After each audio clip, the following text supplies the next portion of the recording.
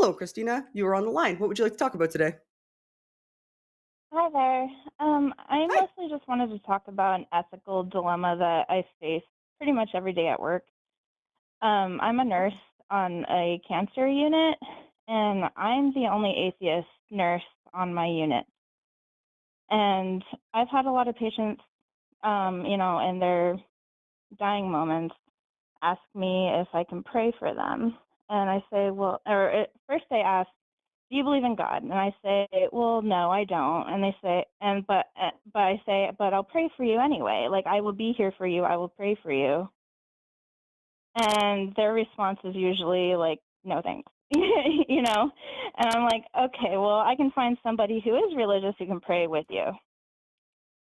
But since that moment, I've kind of adopted the mentality of, you know what, maybe I'll just pretend I'm a theist and pray with them, and it'll have just as much benefit than somebody who's religious who's praying for them, because it's not real, right? Like, I will never believe that it's real, but it's Mm-hmm. bringing them comfort at their time of need. Mm-hmm. Um, and I think it's the right thing to do. But then when I come home, I feel like a piece of shit because I'm lying to my patients. And I'm just wondering which way I should really go about my job. Like, these people are dying, they have dying wishes. I try to accommodate them best I can, but I can't pray for them without really meaning it, you know? So I have a bit of a thought, having spent a couple of years in a cancer ward as well, but as a patient, not as a person working there. I I was recently an atheist when I was diagnosed, and I had so much time and saw so many of the same faces. I started to feel comfortable asking these questions, and I was specifically asked them what their policy was regarding affirming patient beliefs in that way. And when so what they would tell me was, that they were instructed at the cancer ward that I was in, that they basically, their policy was to affirm what the person believed, and therefore Mhm. where that manifested itself, the way they told me, was that meant deflective, often being deflective when they were approached directly like that, right? So if they would ask, do you think this is a miracle? They would ask the person, well, do you think it's a miracle? And then basically, Yeah. give them every possible affirmation that the answer they gave is a good answer, as opposed to having to lie and say that they thought that it was. And Yeah. and and I observed this over and over. That it would be, if if if the person if the family said that this was a miracle, or that there was deeper meaning behind it, they would basically just nod their head and pick something out of the scenario that they could use to let them continue that particular belief. Is that something that your ward, Hmm. is that part of your policy as well, or maybe does your ward have a policy regarding We how don't to even how have to a deal with these policy, interactions? which makes it confusing because I'm the only one. Everybody else is religious and into praying for these people and believing that miracles happen. I've been asked, So are like, they have you seen situations like this where it turns out positive? And of course, I have to say, well, yes, it does happen. And so maybe but what that's do enough you of a miracle that they need to hear. I don't know. I think that's a mistake on the part of your ward, because what if the patient is of a different faith, or of a no faith at Right. all? Like, them offering to pray is actually going to would have caused me stress. I think if my nurses were coming in, or doctors, or yeah, all the support staff. There's so many, and I'm so thankful. I always got so angry when the families attributed, like, we were all here in chemo together for 6 months, and we all had surgeries, and these are like the most amazing surgeries that have ever happened. And they're like, well, thank you, Jesus. And I was so mad for the staff. Mm-mm. Always, it's like, do you have any idea how much these people studied and the technology that Right. went It's into like, like thank you, making all doctors. this Thank happen? you, science. Right, yeah.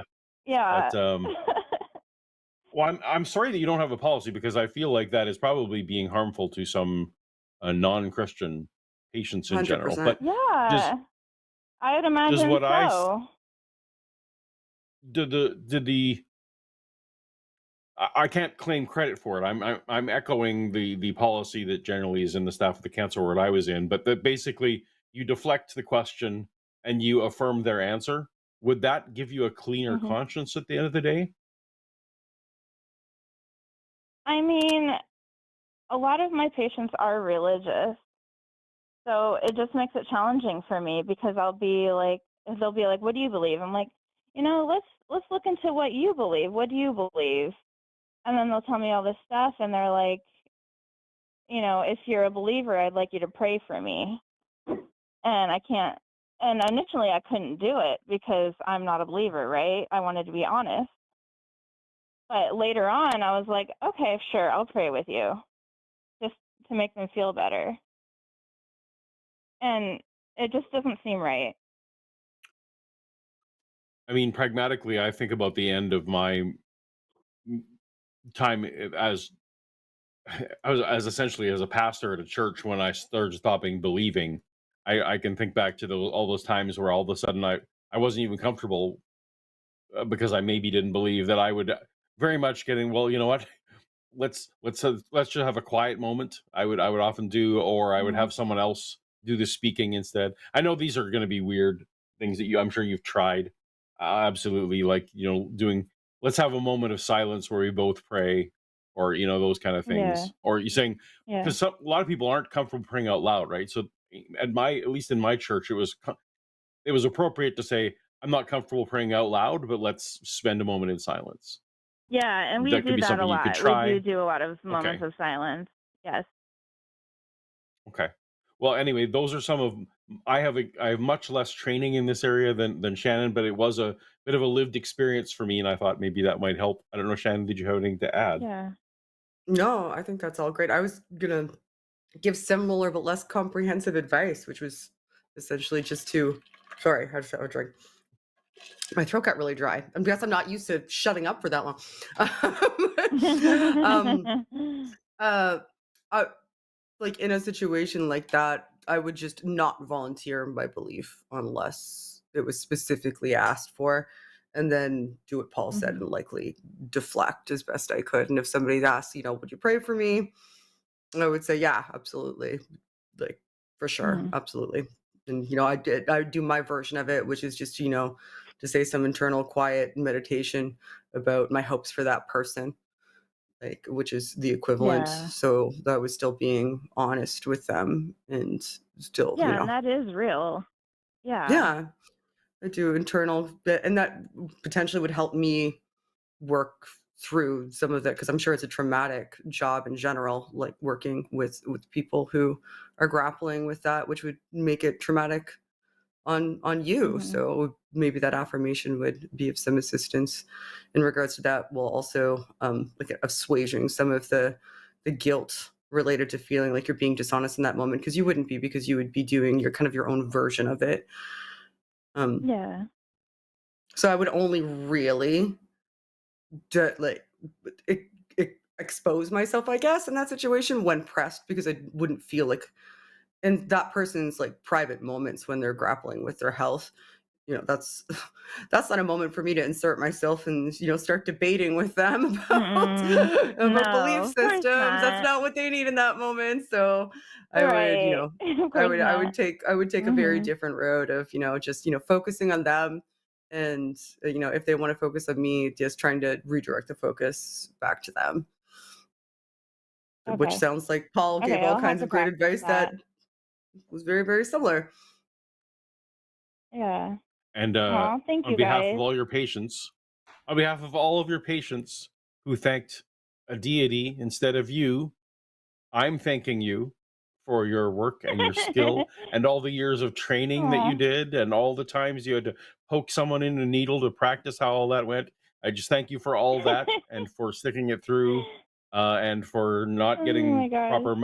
not getting all the sleep. I know you have weird night shifts. You had all those things. So thank you. Yeah. Appreciate it. Yeah, thank you. Thank you Appreciate so you. much, you guys. You guys are so sweet. Oh, Well, Paul thank is. I'm you. also here. Thanks, Christina. Thank you. Have a great day. Bye.